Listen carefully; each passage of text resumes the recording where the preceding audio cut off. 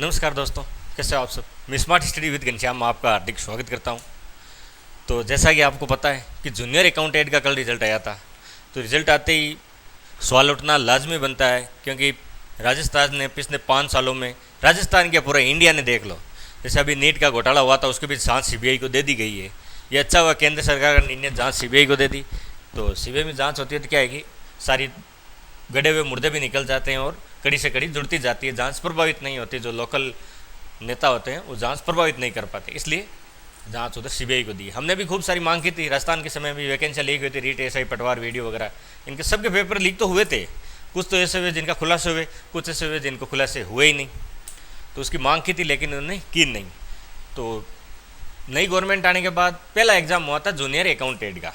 Exam भलीभांति हो गया था, बहुत खुशी हुई कि पेपर लीक की ऐसी कोई खबर हमारे सुनने में नहीं आई।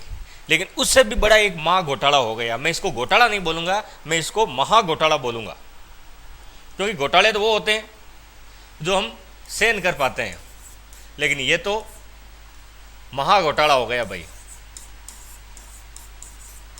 आरएसएस भी जो बोर्ड है उस पर एक तरह की एक साख बनी हुई थी जब से आलोक राज जी को बनाया गया था चेयरमैन। सबके मन में यह विश्वास था कि वो क्या कि छात्रों से रूबरू होते थे, ट्विटर के माध्यम से कोई जानकारी उपलब्ध करवानी, और जानकारी भी सटीक मिलती थी। लेकिन ये पता नहीं था कि इन्होंने एक नया तरीका निकाल दिया कि ज़रूरी नहीं कि सिलेक्शन लेने के लिए पेपर ही चोरी करें, बगैर पेपर चोरी करे ही आप सिलेक्शन दिलवा सकते हैं। कैसे दिलवा सकते हैं कि अगर 23%, सुनना, 1 मिनट बात सुनना पहले, 23% अगर डिलीट हो जाए तो इसका क्या मतलब होता है। अब कुछ लोग सोचते होंगे कि डिलीट तो सभी के हुए हैं, मानते हैं सभी के डिलीट हुए। अगर बोनस अंक मिला है तो सबको मिला है, नहीं मिला है तो किसी को नहीं मिला, ठीक है। लेकिन इन 23% का नुकसान होता है वो कौन उठाता है, जरा सोचो। जो विद्यार्थी पढ़ाई करता है, मेहनत करता है, दिन रात तैयारी करता है, उसका अगर एक सवाल भी गलत हो जाए उसको फर्क पड़ता है। उन लोगों को फर्क नहीं पड़ता कि जिनको कि मतलब 50-60 नंबर कट ऑफ से पीछे रह रहे हैं या 40-50 नंबर 25-30 नंबर कट ऑफ से पीछे रह रहे हैं, उनको फर्क नहीं पड़ता। जो 1-1% की वैल्यू समझता है, उसके अगर 23% डिलीट हो जाते हैं ना तो वो रैंक से डायरेक्ट नीचे आ जाता है। कैसे आ जाता है?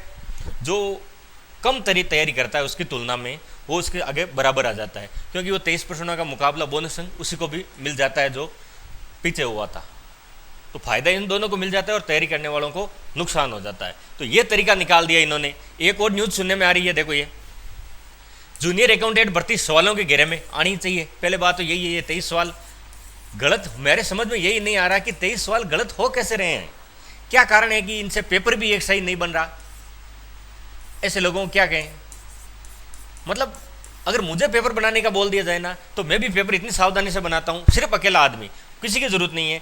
आप एक क्वेश्चन भी गलत करके बता दो, मतलब 23 सवाल गलत करना, क्या हमारे पास इतने अभी भी संसाधन नहीं है, ऐसी कोई कमेटी नहीं है या ना विशेषज्ञ है जो सवालों को पहले देख ले कि भाई कौन सा सवाल गलत है या सही है।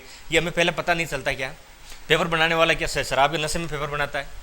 23 सवाल मतलब गलत तो गलत डालते ही क्यों हो, जिसकी वजह से ये मेरिट प्रभावित हुई है और उन बच्चों का भविष्य अंधकार में चला गया जिन्होंने दिन रात मेहनत एक की। और ये जूनियर अकाउंटेंट की वैकेंसी जो 5 साल में एक बार आती है, 5 साल में एक बार देखने को मिलती है, उसमें भी दिन रात लगे हुए थे, लेकिन इन 23 सवालों की वजह से उनको खामियाजा भुगतना पड़ता है। अब इसका जिम्मेदार कौन है? सरकार है, सिस्टम है, या बोर्ड चेयरमैन है? कौन है जिम्मेदार? ये देखिए, इसमें पेपर लीक की आशंका भी है, लेकिन इसकी न्यूज़ कंफर्म नहीं है। देख लो, आरएसएस भी द्वारा आज जूनियर अकाउंटेंट का परिणाम जारी किया गया है, लेकिन परिणाम निकलते ही 32 सवालों के घेरे में आ गई। कोचिंग इंस्टीट्यूट के अनुमान के तहत मेरिट बहुत अधिक गई है, तो मेरिट तो अधिक जानी है। इतनी सारी मेरिट अधिक चली जाती है तो इसका 2 कारण है।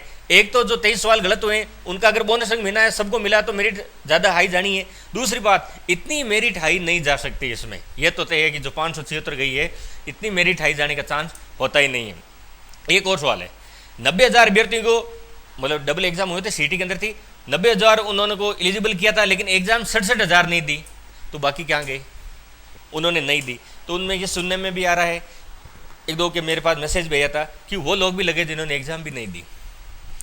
तो इस बात को तो भाई मैं नहीं मान सकता कि ऐसा व्यक्ति नहीं लग सकता जिसने एग्जाम दी नहीं। अगर ऐसा लगेगा तो पहली बात तो हिम्मत पड़ेगी नहीं कि जिस तरह की कार्रवाई चल रही है, ये मैं मानता हूँ, ऐसा तो कभी हो ही नहीं सकता। यह तो एक एक तरह की फेक न्यूज़ है कि एग्ज़ाम भी नहीं दी वो लग गया, ये बात तो गलत है। ये चर्चाओं पे आप ध्यान मत दो। हाँ, एग्ज़ाम दिया वो लग सकता है, कैसे लग सकता है? अगर पेपर लीक किया है तो लगेगा, बगैर एग्ज़ाम देने वाला नहीं लगेगा। ये सीटें भी गई, इसकी तो भाई आशंका फुल है कि जूनियर अकाउंटेंट एक बहुत बड़ी पोस्ट है, आरएस के लेवल की है।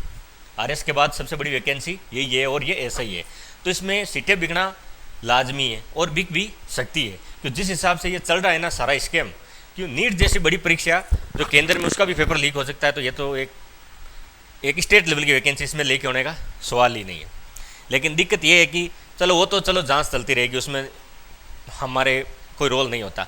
लेकिन ये 23 सवाल गलत है, क्या हम ऐसा अभियान नहीं चला सकते या ये मांग नहीं कर सकते कि ये आखिर ये कब तक चलेगा? जो डिलीट सवाल होते हैं, क्या ये एक पेपर सही नहीं बना सकते? क्या पेपर बनाते हैं उसके बाद उसका वापस रिव्यू नहीं होता? उनको पता नहीं होता क्या क्या इस प्रश्न का उत्तर क्या है। महाराणा प्रताप के पिता के क्या नाम था और उदय सिंह ऑप्शन में ही नहीं है, तो उनको पता नहीं होता क्या ये सवाल डिलीट होने वाला है। अरे ये जानकारी जो आप और हम दे सकते हैं वो ये कमेटी के विषय से क्या नहीं दे सकते क्या? ये भर्ती सवालों के घेरे में तो वैसे ही आ रही है। और 23 सवाल मतलब ये तो एक तरह की सोचने की बात हो गई कि जो बैठे हुए लोग हैं वो सारे अनपढ़ हैं, उनको पता नहीं है क्या? 23 सवाल गलत, 23 सवाल गलत एक पेपर में, ये कोई छोटी बात तो है नहीं। क्यों होते हैं 23 सवाल गलत? अब ये पता नहीं कब सिस्टम सुधरेगा। और ये एक वैकेंसी में नहीं, इसमें थोड़े ज़्यादा हो गए थे 23 सवाल। बाकी किसी भी वैकेंसी देख लो 5-4 सवाल, लेकिन ये 5-4 सवाल गलत होते हैं। दिक्कत ये होती है कि जो पढ़ने वाले स्टूडेंट होते हैं, मेहनत करते हैं, उनके साथ ये बहुत बड़ा अन्याय हो जाता है, क्योंकि ये फिर मेरिट ऊपर नीचे कर देता है। उनको खुद को ही नहीं पता होता कि हमारा सिलेक्शन क्यों नहीं हुआ। वो बेचारे यही सोच रहे होते हैं कि इस 23 नंबरों का बोनस अंक हम सबको मिल गया है। लेकिन अरे बोनस अंक मिल गया, लेकिन वो विद्यार्थी आपसे आगे आ गया जिन्होंने आपसे पीछे था। पेपर जब घर पे मिला या तब तो वो पीछे था, लेकिन जैसे ही ये न्यूज़ आती है कि 23 साल डिलीट हो गए, तो वो विद्यार्थी जो पीछे था वो तुरंत आपसे बराबर आ गया या आगे आ जाता है। ऐसे करके ये मेरिट गड़बड़ कर देता है।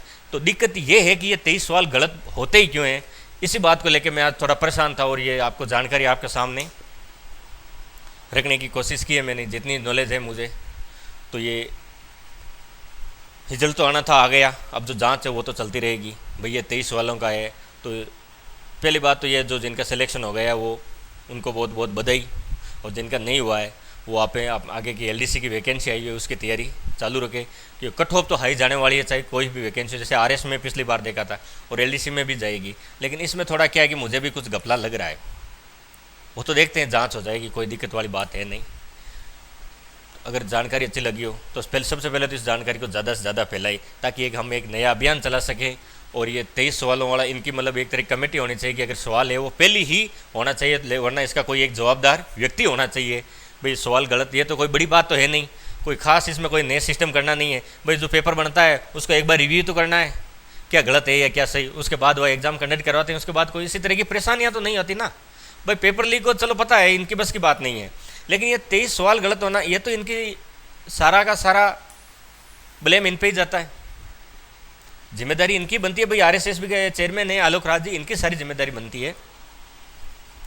तो आप निराश ना हो और अपने ऐसे ही आगे की तैयारी चालू रखें। और कोई जानकारी होगी तो मैं तुरंत आपके सामने लेके आ जाऊंगा। और उस अभियान का क्या, मैं एक पोस्ट डालूंगा, तो पोस्ट पे आप अपना वोटिंग कर सकते हैं, उसके हिसाब से हम आगे की रणनीति तैयार कर लेंगे। अगर जानकारी अच्छी लगी हो तो वीडियो को लाइक शेयर एंड सब्सक्राइब जरूर कीजिए, ज़्यादा से ज़्यादा फैलाइए।